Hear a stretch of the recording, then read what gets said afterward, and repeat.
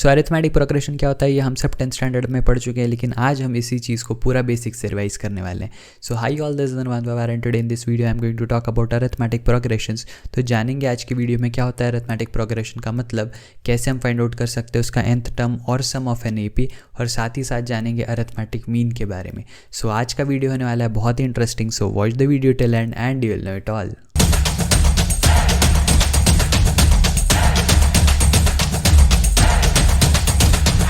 So let's get started with the basic concept of arithmetic progression. लेकिन before I get started, अगर आप मेरे videos regularly follow कर रहे हैं लेकिन अब तक आपने चैनल को सब्सक्राइब नहीं किया है, so please go ahead and do that, because आपके चैनल सब्सक्राइब करने से आपको मेरे आने वाले सभी वीडियोस के नोटिफिकेशन टाइम पर मिलते रहेंगे। सो let's get started with what exactly is arithmetic progression. तो अरिथमेटिक प्रोग्रेशन होता क्या है पहले ये समझ लेते हैं ना। हो सकता है 10th में जो पढ़ा था वो याद हो सकता है आप भूल गए हो, तो दोनों ही केसेस में एक बार क्विक रिवाइज करेंगे, ये सारी चीज़ें आपको समझ में आ जाएगी।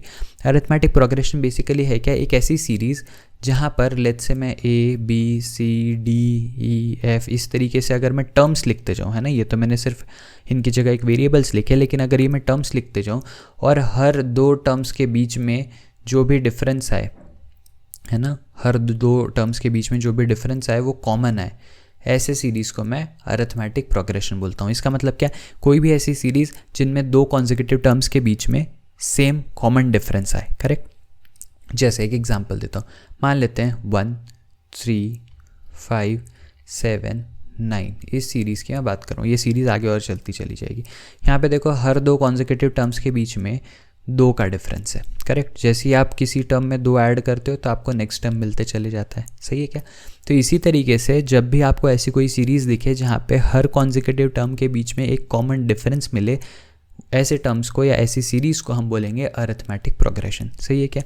अब अरिथमेटिक प्रोग्रेशन में क्या होता है, ये जो फर्स्ट टर्म होता है इसको हम जनरली डिनोट करते हैं स्मॉल a से, या इसी को हम T1 से भी रिप्रेजेंट करते हैं। दैट मीन्स कि ये हमारा फर्स्ट टर्म है, सही है क्या। और इसी तरीके से ये जो हमको एक कॉमन डिफरेंस सारे टर्म्स के बीच में मिल रहा होता है, इसको हम डिनोट करते हैं स्मॉल d से, जिसको हम बोलते हैं कॉमन डिफरेंस, सही है। तो अरिथमेटिक प्रोग्रेशन क्या है, कोई भी ऐसी सीरीज़, कोई भी ऐसा सीक्वेंस जहाँ पर हर एक कॉन्जिक्यूटिव टर्म के बीच में एक कॉमन डिफरेंस मिले, और उस सीरीज़ के फर्स्ट टर्म को हम a बोलेंगे और जो कॉमन डिफरेंस रहेगा उसको d से रिप्रेजेंट करेंगे, सही है। सो आई होप ये चीज़ क्लियर हो गई होगी, है ना। तो इस तरीके के और भी एग्जाम्पल्स हैं, आगे जब हम क्वेश्चन सॉल्व करेंगे आपको चीज़ें क्लियर हो जाएगी, लेकिन बेसिकली अरिथमेटिक प्रोग्रेशन का मीनिंग यही होता है, ठीक है। अब यहाँ तक अगर बात समझ में आ गई होगी तो लेट्स ट्राई टू अंडरस्टैंड कि how to find the nth term of the series. अब nth टर्म का मतलब क्या हुआ, n की जगह कुछ भी हो सकता है। लेट्स से मैंने n की जगह 10 डाला, तो मतलब मैं आपसे पूछ रहा हूँ कि 10th टर्म क्या होगा कोई भी सीरीज़ का। तो लेट्स से मैं आपको कोई भी एक सीरीज़ दे देता हूँ, या मैं कोई भी आपको एक अरिथमेटिक प्रोग्रेशन दे देता हूँ, और उसमें मैं आपको बोलता हूँ कि इस सीरीज़ का आप nth टर्म मुझे बताओ कि कैसे लिखा जाएगा। अब ये थोड़ा सा ट्रिकी हो सकता है ना, तो इसको कैसे लिखा जाए इसको समझने का ट्राई करते हैं। ध्यान से देखना, मैंने आपको क्या बोला कि जो फर्स्ट टर्म होता है उसको हम डिनोट करते हैं किससे, a से, और उसके बाद हर कॉन्जिक्यूटिव टर्म के बीच में जो डिफरेंस आता है कॉमन डिफरेंस उसको हम रिप्रेजेंट करते हैं d से। तो अगर मेरा फर्स्ट टर्म a है तो मेरा सेकंड टर्म क्या बनेगा, मेरा सेकंड टर्म बनेगा a + d, हाँ कि ना, है ना, क्योंकि मैं फर्स्ट टर्म में जब कॉमन डिफरेंस ऐड करूँगा तभी तो मुझे सेकंड टर्म मिलेगा। अब सेकंड टर्म में जब मैं वापस से कॉमन डिफरेंस ऐड करूँगा तो मुझे थर्ड टर्म मिल जाएगा। तो ये बेसिकली a + 2d हो जाएगा, है ना, एक और d ऐड हो गया। फिर अगला टर्म हो जाएगा a + 3d, फिर अगला टर्म हो जाएगा a + 4d, सही है। और ये इस तरीके से चलते चले जाएगा, सही है। अब यहाँ पे देखो, ये मेरा फर्स्ट टर्म था, ये मेरा सेकंड टर्म था, ये मेरा थर्ड टर्म था, ये मेरा फोर्थ टर्म था, ये मेरा फिफ्थ टर्म था, सही है। और इस तरीके से टर्म्स बढ़ते चले जा रहे हैं। एक चीज़ को बहुत ध्यान से देखना कि अगर मैं सेकंड टर्म बोल रहा हूँ तो मैं इसमें एक d ऐड कर रहा हूँ, सही है। अगर मैं थर्ड टर्म बोल रहा हूँ तो मैं इसमें 2 d ऐड कर रहा हूँ। अगर मैं फिफ्थ टर्म बोल रहा हूँ तो मैं इसमें 4 d ऐड कर रहा हूँ। तो अगर मैं nth टर्म बोलूँ तो इसमें मैं कितने d ऐड करूँगा, n-1 d ऐड करूँगा, सही है क्या। तो a + n-1d अगर मैं लिख दूँ तो मैं nth टर्म को रिप्रेजेंट कर सकता हूँ। तो इसीलिए कभी भी अगर आपको nth टर्म ऑफ सीरीज़ लिखना है तो इसको हम आइदर tn से रिप्रेजेंट करते हैं विच शोज़ कि ये nth टर्म है, या फिर इसी चीज़ को काफ़ी जगह an से भी रिप्रेजेंट किया जाता है कि nth टर्म क्या होगा, जिसको हम लिखेंगे a + n-1 × d, सही है। तो ये बन गया मेरा formula for nth term of an AP, सही सही है। तो अगर आपके पास कोई भी अरिथमेटिक प्रोग्रेशन है जिसका आपको फर्स्ट टर्म पता है और आपको कॉमन डिफरेंस पता है, तो आप उस ऐसी सीरीज़ में ए और डी की वैल्यू यहाँ पे पुटअप करो तो आप nth term of that particular series बड़ी आसानी से फाइंड आउट कर सकते हो। सही है, बहुत आसान सी चीज़ है ना। आई होप ये चीज़ समझ में आ गई होगी। अपने नोट्स ज़रूर बनाते रहना, हर एक पॉइंट जो है वो नोट करते चले जाना है ना। कहीं पे भी कोई कन्फ्यूजन है थोड़ा सा पीछे करके वीडियो को रीवॉच करना, आपको समझ में आ जाएगा। सही है, चलो अब यहाँ तक अगर आपको बात समझ में आ गई है तो लेट्स ट्राई टू अंडरस्टैंड कि अब sum of n terms of AP में कैसे फाइंड आउट करूँ। अब मेरे पास अगर कोई अरिथमेटिक प्रोग्रेशन है, उसके n टर्म्स है, अगर मुझे बोला जाए कि ये सारे n टर्म्स का सम कितना आएगा, ये मैं कैसे फाइंड आउट करूँ। तो ट्राई करते हैं इसको समझने का, है ना। मान लेते हैं फर्स्ट टर्म मैंने क्या बोला, a रहेगा, सेकेंड टर्म मैंने आपको बोला a + d रहेगा, थर्ड टर्म क्या रहेगा, a + 2d रहेगा, फोर्थ टर्म a + 3d होगा, है ना। और ये चीज़ जो है वो चलती चली जाएगी कहाँ तक, nth टर्म तक। nth टर्म क्या आएगा, a + n - 1 × d, करेक्ट है। तो यहाँ तक आई होप कोई किसी को परेशानी नहीं होगी, राइट। अब मैं क्या करूँगा, ये सारे टर्म्स का मैं आपको सम करने बोल रहा हूँ, है ना। तो ये सारे के सारे जो टर्म्स हैं इनके बीच में मैं प्लस साइन लगा देता हूँ। अब ये सारे टर्म्स का एडिशन करने के बाद में मुझे क्या मिलेगा ये मुझे पता करना है। ध्यान से देखो, 1 2 3 4 इस तरीके से n तक सारे के सारे n टर्म्स में a तो आ ही रहा है ना। तो a कितने बार आ गया, n टाइम्स आ गया, तो मैं इसको n × a लिख सकता हूँ, करेक्ट। मैं इसका सम करने का ट्राई कर रहा हूँ बेसिकली, ठीक है। अब नेक्स्ट प्लस क्या होगा, ध्यान से देखो। अब जो सेकेंड टर्म से आगे की अगर मैं बात करूँ तो यहाँ से यहाँ तक अगर आप ये सारे चीज़ें देखो, इन सब में d जो है वो कॉमन निकाला जा सकता है। a तो मैं पहले ही na करके लिख चुका हूँ, है ना। अब क्या बचा, d + 2d + 3d + 4d, ऐसे करते करते n - 1 × d तक जा रहे हैं ना। तो अगर मैं यहाँ पे d को कॉमन निकाल लूँ तो मुझे क्या मिलेगा, 1 + 2 + 3 + 4, और ये जाएगा कहाँ तक, n - 1 तक। मेरी बात क्लियर है ना। आई होप यहाँ तक चीज़ें समझ में आ रही होगी। मैंने क्या किया, मैंने सारे के सारे n टर्म्स लिखे पहले तो AP के, और उसमें मैं क्या कर रहा हूँ, उसमें मैं इनका एडिशन करके देख रहा हूँ। तो मेरे पास n टाइम्स a था तो मैंने na पहले लिख दिया। अब मैं d वाले टर्म्स को देख रहा हूँ, तो d वाले टर्म्स में से अगर मैं d कॉमन निकाल लूँ तो मुझे मिलेगा 1 + 2 + 3, ऐसा करते हुए मैं कहाँ तक जाऊँगा, n - 1 तक जाऊँगा। अब यहाँ पे ये सीरीज़ देख के आपके दिमाग में एक चीज़ आनी चाहिए, अगर आपने मेरा सम ऑफ सीरीज़ वाला वीडियो ऑलरेडी देख रखा है तो आपको इसका सम फाइंड आउट करना आता होगा, है ना। अगर आपने वो वीडियो अब तक नहीं देखा है सो प्लीज़ गो अहेड, इस वीडियो के बाद में जाके सम ऑफ सीरीज़ का वो वीडियो ज़रूर देख लेना, जो मेरे इसी चैनल पे आपको मिल जाएगा। और उस वीडियो से आपको समझ में आ जाएगा कि इस तरीके के सम को हम सॉल्व किस तरीके से करते हैं। सही है, तो क्या करेंगे, यहाँ पे तो मैं na को एज इट इज़ लिख दूंगा, d को एज इट इज़ लिखूंगा। अब ये 1 से लेके n - 1 तक के नेचुरल नंबर्स है जिनका सम करना है मुझे, है ना। तो सम ऑफ n टर्म्स का फॉर्मूला क्या होता है, n × n + 1/2, है ना। लेकिन यहाँ पे मैं कितने टर्म्स का सम कर रहा हूँ, n - 1 टर्म्स का, तो मुझे इसका फॉर्मूला कितना मिल जाएगा, n - 1 × n/2। सही है कि नहीं, है ना। यहाँ ध्यान से देखो, 1 + 2 + 3 अगर ये होते हुए जाता है n तक तो मेरा फॉर्मूला बनता है n × n + 1/2, है ना। लेकिन यहाँ पे n नहीं है, n की जगह क्या है, n - 1 है। तो यहाँ पे जब मैं n की जगह n - 1 डालूंगा तो ये n - 1 होगा, और n की जगह n - 1 तो -1 + 1 कैंसिल होकर सिर्फ n बचेगा, है ना। तो ये n - 1 × n/2 हो गया, है ना, जो मैंने यहाँ पे ऑलरेडी लिख लिया। सही। अच्छा, यहाँ पे ध्यान से देखो, मैं क्या कर सकता हूँ, क्या मैं n कॉमन निकाल सकता हूँ, यस मैं निकाल सकता हूँ। मुझे क्या मिलेगा, a + n - 1 × d/2, करेक्ट है। एक और चीज़ मैं क्या कर सकता हूँ यहाँ पे, अगर मैं बाहर 2 से डिवाइड करके अंदर सारे टर्म्स को 2 से मल्टीप्लाई कर दूँ तो मुझे क्या मिलेगा, मुझे कुछ इस तरीके से फॉर्मूला मिल जाएगा, n/2 × 2a + n - 1 × d। और यही जो फॉर्मूला ये बन जाएगा मेरा sum of n terms of AP का फॉर्मूला। सही है, तो मैं इसको क्या लिख सकता हूँ, मैं फॉर्मूला लिख सकता हूँ Sn = n/2 2a + n - 1 × d। सही है, तो ये sum of n terms of an AP हो गया, इसका फॉर्मूला बन गया।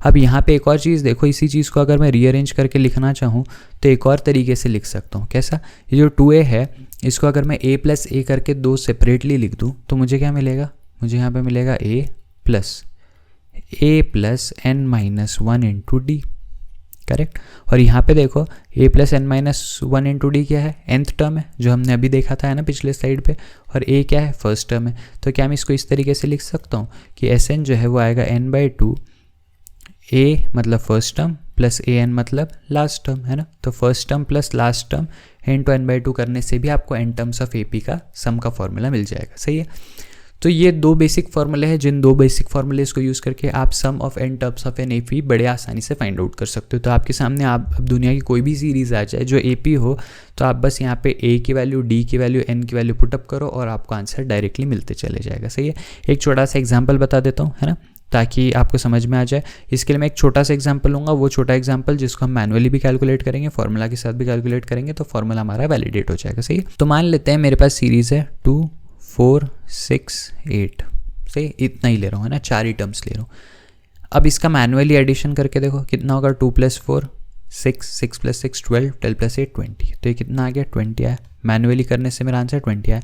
फॉर्मूले में पुट करके देखते हैं कितने टर्म्स है, 4, तो मेरी n की वैल्यू कितनी हो जाएगी, 4 हो जाएगी।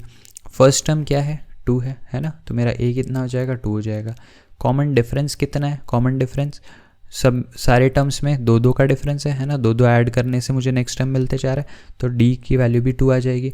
पुटअप करते हैं फॉर्मूला में, S4 = कितना हो जाएगा, 4/2, है ना, 2 × 2 + n-1 मतलब 3d, है ना, d की जगह क्या आएगा, d की जगह 2 आ जाएगा। करेक्ट, तो आंसर क्या मिला, 4/2 हो जाएगा 2, 2 2 हो जाएगा 4, और ये कितना आ जाएगा, 3 2 6, तो ये कितना आया 10, है ना, 6 + 4 10, और 10 × 2 हो जाएगा कितना, 20। तो यहाँ से भी मुझे आंसर कितना मिल रहा है, 20। तो मैनुअल कैलकुलेशन से भी 20 मिला, एग्जाम्पल में फॉर्मूले में पुटअप करने से भी मुझे आंसर 20 मिला। तो इस तरीके से मेरा फॉर्मूला भी काइंड ऑफ एक वेरीफाई हो गया, है ना। आप चाहो तो first term plus last term भी कर सकते हो। फर्स्ट टर्म 2 था, लास्ट टर्म 8 था, दोनों का एडिशन कितना हो गया, 10। 10 को मल्टीप्लाई करना है n/2 से, n है मेरा यहाँ पर 4, 4 को 2 से डिवाइड करो तो 2 मिलेगा, 2 × 10 करने से सेकंड फार्मूले से भी आपको 20 आंसर मिलेगा, है ना। तो बेसिकली इस तरीके से आपके सामने अगर कोई भी सीरीज़ है, कोई भी अगर आपके पास AP आ जाता है, अगर आपको उस AP का फर्स्ट टर्म फाइंड आउट करना आ गया, या लास्ट टर्म फाइंड आउट करना आ गया, कॉमन डिफरेंस फाइंड आउट करना आ गया, n फाइंड आउट करना आ गया, इनमें से कोई भी चीज़ें जो कुछ भी आपको रिक्वायर्ड है for whatever formula you are using, वो वैल्यूज़ अगर आपको पता है, आप सिंपली फार्मूले में पुटअप करो and you will keep getting your answers, है ना, एज सिंपल एज दैट। सही है, so I hope sum of n terms of an AP series भी समझ में आ गया होगा। And let's move ahead to arithmetic mean of AP series. अब अरिथमेटिक मीन का मीनिंग क्या होता है ये समझने का ट्राई करते हैं, है ना। मान लेते हैं मेरे पास कोई सीरीज़ है, एक एग्जाम्पल ले लेता हूँ, जैसे 4 8 12 16 20। सही है, ये अगर मेरे पास एक सीरीज़ है। अब मुझे पहले तो ये बताओ कि क्या ये AP है, हाँ या ना।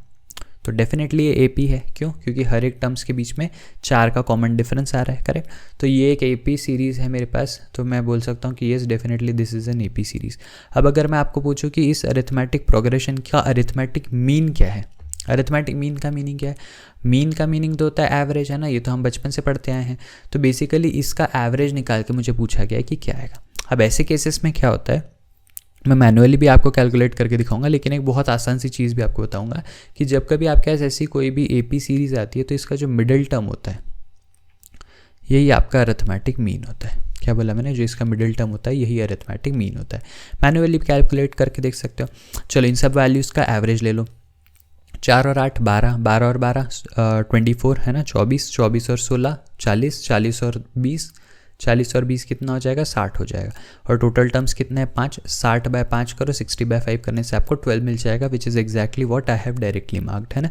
तो इस तरीके से अब अगर ऑड नंबर ऑफ टर्म्स है तो आप डेफिनेटली मिडिल टर्म को अरिथमेटिक मीन बोल सकते हो। अगर आपके पास इवन नंबर ऑफ टर्म्स है तो जो भी बीच के 2 टर्म्स आएंगे उनका एवरेज करने से आपको जो आंसर मिलेगा वो अरिथमेटिक मीन हो जाएगा। लेकिन काफ़ी बार आपको 2 टर्म्स दे दिए जाते हैं। क्या बोला मैंने, काफ़ी बार आपको 2 टर्म्स दे दिए जाते हैं। लेट्स से A एक टर्म दे दिया, B एक टर्म दे दिया, और फिर आपको बोला जाता है कि A और B के बीच में आपको n अरिथमेटिक मीन्स पुटअप करने। क्या बोला मैंने, A और B के बीच में आपको n अरिथमेटिक मीन्स इंसर्ट करने। अब सर अरिथमेटिक मीन तो एक ही होता है, आपने n अरिथमेटिक मीन बोला, ये कैसे होगा। इसका मतलब ये है कि आपको n ऐसे टर्म्स इसमें सब्स्टिट्यूट करने, या ऐसे n टर्म्स इन A और B के बीच में इंसर्ट करने सच दैट A से लेके B तक ये जो पूरी सीरीज़ है वो एक AP बन जाए। सही है, तो n अरिथमेटिक मीन इंसर्ट करने का मतलब क्या है कि n ऐसे टर्म्स उसमें इंसर्ट करने हैं सच दैट A से लेके B तक सारे टर्म्स को इंक्लूड करके जो सीरीज़ बने वो अपने आप में एक अरिथमेटिक प्रोग्रेशन बन जाए, है ना, या एक AP बन जाए। सही है, तो लेट्स ट्राई टू अंडरस्टैंड कि सबसे पहले ऐसे केसेस में inserting an arithmetic means between 2 terms हम करते कैसे, है ना। तो let's try to understand this. अब ऐसे केस में बहुत आसान सी चीज़ है कि आपको ए और बी दे दिया जाएगा और आपको बोला जाएगा कि इसके बीच में n अरिथमेटिक मीन्स पुट करो। तो आपको क्या करना है, आपको एक छोटा सा फॉर्मूला लगाना है which is common difference is equals to b minus a upon n plus 1। क्या बोला मैंने, common difference is equals to b minus a, मतलब last term minus first term upon, उसको डिवाइड किससे करोगे आप, n अरिथमेटिक मीन पुट करना है तो n प्लस 1 डाल दो and that way you will get the value of common difference. अच्छा, अब कॉमन डिफरेंस तो मिल गया, फिर अब क्या करना है, उसके बाद तो चीज़ सिमिलर है ना। तो एक एग्जांपल लेते हैं, इससे आपको ये चीज़ क्लियर हो जाएगी। लेट्स से मैं आपको बोल रहा हूँ कि आपके पास में एक टर्म है 5, ठीक है, और दूसरा टर्म है 50, और इसके बीच में मैंने आपको बोला कि आप इंसर्ट करो 10 अरिथमेटिक मीन्स, ठीक है, 10 अरिथमेटिक मीन्स इनके बीच में पुटअप करो। आप बोलोगे ठीक है कोई बात नहीं, सबसे पहले आप बोलो कॉमन डिफरेंस कितना आएगा ये फाइंड आउट करते हैं। कॉमन डिफरेंस कितना आएगा, मैंने आपको बोला b माइनस ए करना है, तो ये कितना आएगा 50 माइनस 5, और ये डिवाइड हो जाएगा किससे, 10 से, है ना। एक काम करते हैं 9 अरिथमेटिक मीन्स कर लेते हैं इसको, है ना। 9 करने से क्या होगा, कैलकुलेशन आसान हो जाएगा, आप लोगों को समझने में भी आसानी हो जाएगी। 9 अरिथमेटिक मीन्स इसके बीच में आपको इंसर्ट करना है, तो आप इसको 9 से डिवाइड करोगे, ये आ जाएगा 45/9, है ना। तो 9 4 36, 9 5 से 45 होता है ना। तो ये कितना आ जाएगा 5। तो कॉमन डिफरेंस कितने का है, 5 का। कॉमन डिफरेंस 5 का है और आपका फर्स्ट टर्म क्या है, 5 है। अब आपको क्या करना है, अब आपको सारे अरिथमेटिक मीन्स फाइंड आउट करना है। तो आपका फर्स्ट अरिथमेटिक मीन कितना आएगा, आप देखो फर्स्ट अरिथमेटिक मीन मतलब सेकेंड टर्म होगा बेसिकली। तो मैं A2 लिखूँ, A2 को मैं क्या लिख सकता हूँ, A प्लस डी। A कितना था 5, कॉमन डिफरेंस 5, तो मुझे क्या मिल गया 10। तो मुझे इस AP का सेकेंड टर्म मिल गया 10, या आप बोल सकते हो फर्स्ट अरिथमेटिक मीन, है ना। क्योंकि 5 और 50 के बीच में जब मैं अरिथमेटिक मीन्स इंसर्ट कर रहा हूँ तो 5 मेरा फर्स्ट टर्म है, सेकेंड टर्म जो रहेगा वो फर्स्ट अरिथमेटिक मीन रहेगा, जो थर्ड टर्म रहेगा वही सेकेंड अरिथमेटिक मीन रहेगा, सही है। तो आपको अगर 9 अरिथमेटिक मीन्स इसके बीच में सब्स्टिट्यूट करना है तो आप क्या करोगे, आप A2 से लेके A10 फाइंड आउट कर लोगे। जैसे आपको A2 से A10 फाइंड आउट करके मिल जाएगा, वो A2 से A10 जो है वही आपके 9 अरिथमेटिक मीन रहेंगे, है ना। तो आप इस तरीके से कैलकुलेट करते जा सकते हो। अब A3 कितना आएगा, आपको पता है A3 A प्लस 2D होता है, A आपका 5 था, यहाँ पे आप लिखोगे 5 कॉमन डिफरेंस 2 से मल्टीप्लाई होगा, ये आएगा कितना 15। तो आपका A3 जो है वो 15 हो जाएगा। A3 is what, A3 is third term and if it is third term it is second arithmetic mean. और इस तरीके से आप आगे वाले सारे के सारे अरिथमेटिक मीन फाइंड आउट कर सकते हो, सही है। सो आई होप आज के वीडियो में डिस्कस किए गए सारी की सारी चीज़ें आपको समझ में आई होगी, आपको समझ में आ गया होगा अरिथमेटिक प्रोग्रेशन क्या होता है, उसका nth टर्म किस तरीके से फाइंड आउट किया जाता है, n टर्म्स का सम कैसे फाइंड आउट किया जाता है, और साथ ही साथ अरिथमेटिक मीन से रिलेटेड भी सारी चीज़ें आपको समझ में आ गई होगी। अगर आपने वीडियो यहाँ तक देख लिया और ये वीडियो ने आपके नॉलेज में थोड़ा भी वैल्यू ऐड किया है, सो प्लीज़ वीडियो को लाइक कर देना, अपने सभी फ्रेंड्स के साथ शेयर कर देना जो आपके साथ एप्टीट्यूड का प्रिपरेशन कर रहे हो फॉर एनी कॉम्पिटिटिव एग्जाम। साथ ही साथ चैनल को सब्सक्राइब किए बिना मत जाना and I will see you in the next video. Till then be happy, be safe, take care, bye bye.